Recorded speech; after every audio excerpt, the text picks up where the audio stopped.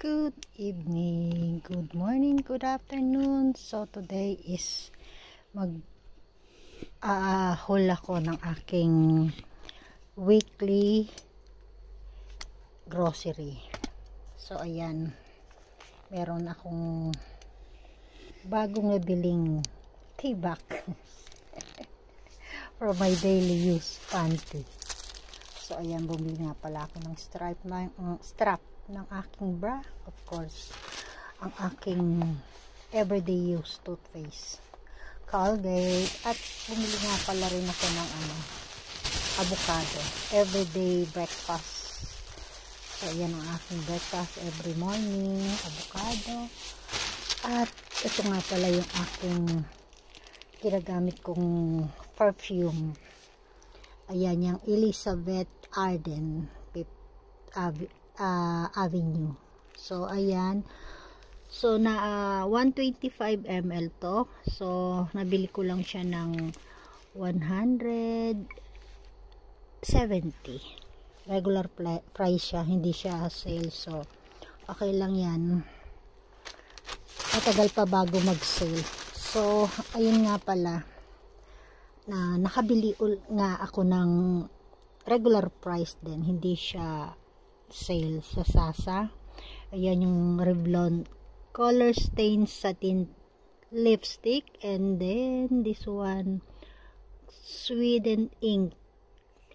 So ayan, Revlon, how much this one? 110 each, and $98 pataka. So ayan, sabi ko, meron akong lipstick Maybelline, pero try ko rin tong Revlon, baka maganda, or we'll see. Ayan, at ang aking daily use panty. Tatry ko to kung maganda yung kanyang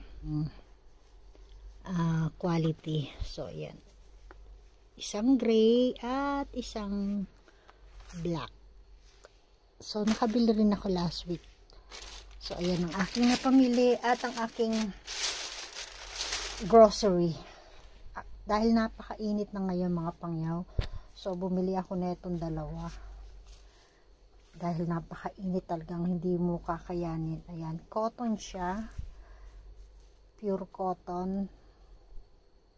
Ayan, maganda quality nito, kaya bumili ako ng ganyan.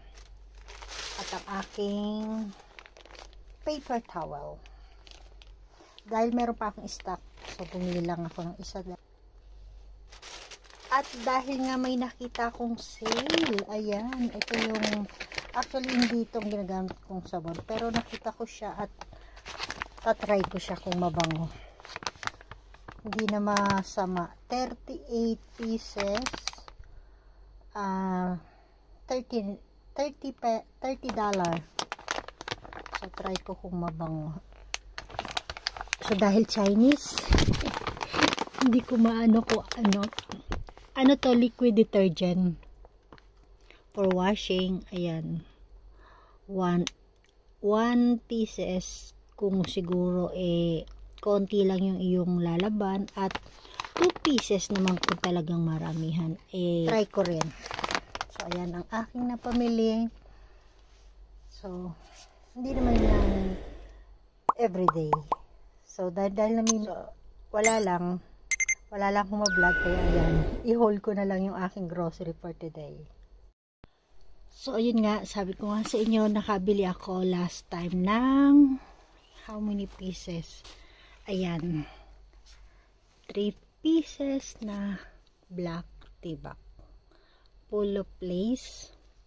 So try ko kung maganda ang quality nito. So ayan, black, another black but different style. So ayan, like a lace also, but not that same. So another black again. So ayan, mukha naman siyang good dahil yung style niya at saka hindi siya madaling masira. Parang good quality naman siya. So ayan. So all of them is black. So ayan. This is my daily use. Ayan. Pero night, usually ganitong ginagamit ko pag every night, cotton. Pure cotton. Ayan. Gray pa rin. So ayan. At ayan, bumili ako ng new socks. Like everyday use. So ayan. Cotton din siya. Yan lang ang ating haul. So, ayan sa mga pangyaw natin dyan. Kung like nyo yung aking haul for today. Ayan. So, napakatagal ko na hindi ako nag-haul. So, ayan. Tayo. Back to haul. So, ayan. Ang ating, i-review ko lang din next yung aking new toy bag. So, parang pareho lang yung tatlo. Pero, different style, I think. Makikita nyo. We'll see kung good ba or bad. Ayan. Mas komportable akong gumamit everyday use ng ganito. Tibak.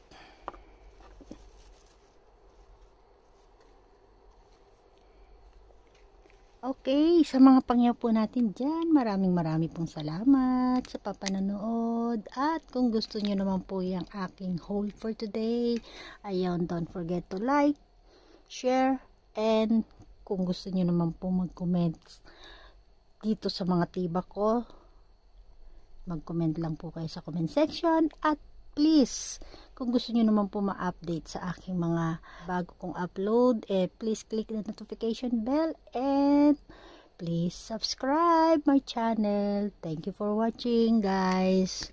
Bye-bye. See you in my next vlog. God bless everyone. Bye-bye.